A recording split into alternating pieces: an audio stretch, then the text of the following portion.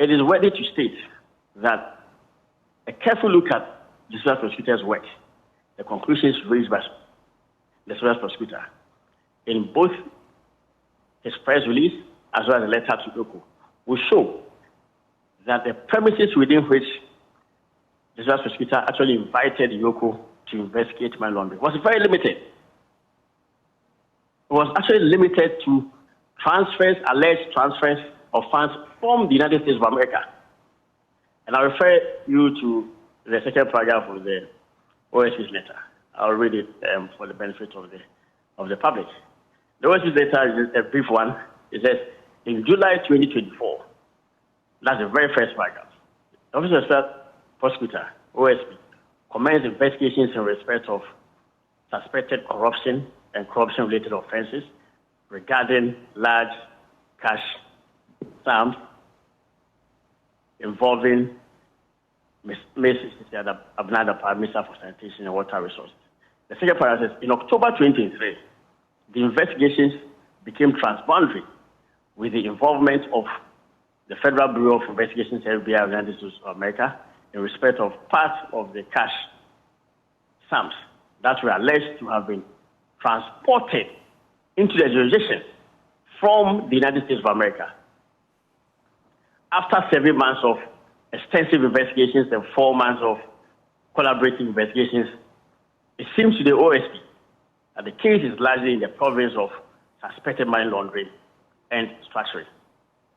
So clearly, the OSP indicates that it is specifically in relation to the sums that were alleged to have been transported into Ghana from the United States of America that should be the subject matter or the focus of money laundering investigations. The money laundering investigations clearly is linked to those transfers.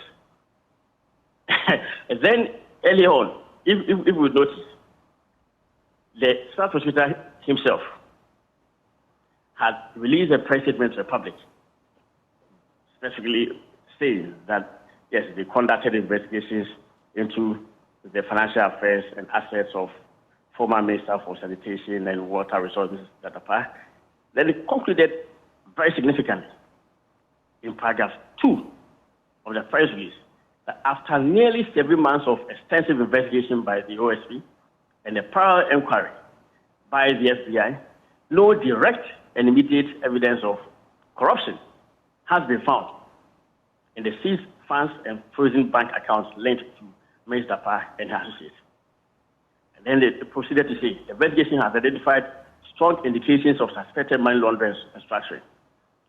And then, of course, they acknowledged their inability to investigate money laundering by virtue of the law that they're operating with.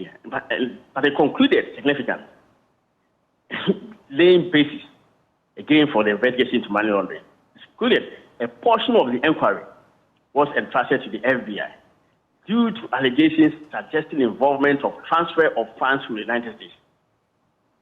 So I think that this clearly settles the issue that insofar as the funds located in Madame Cecilia Dapaah's house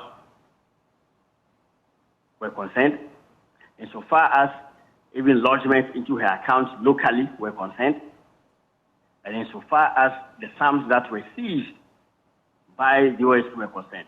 There was clearly no direct or immediate evidence of corruption, and that is not me stating this. This is the special prosecutor himself, clearing Madame Cecilia Dapaah. So the record must reflect the point that the OSP properly seized with the jurisdiction to investigate or seized with the mandate to investigate corruption and corruption-related offenses after conducting an elaborate inquiry, cleared Madame Cecilia Dapaah of corruption as the OSP. So why is the now trying to suggest that the Attorney General now has cleared anybody of corruption?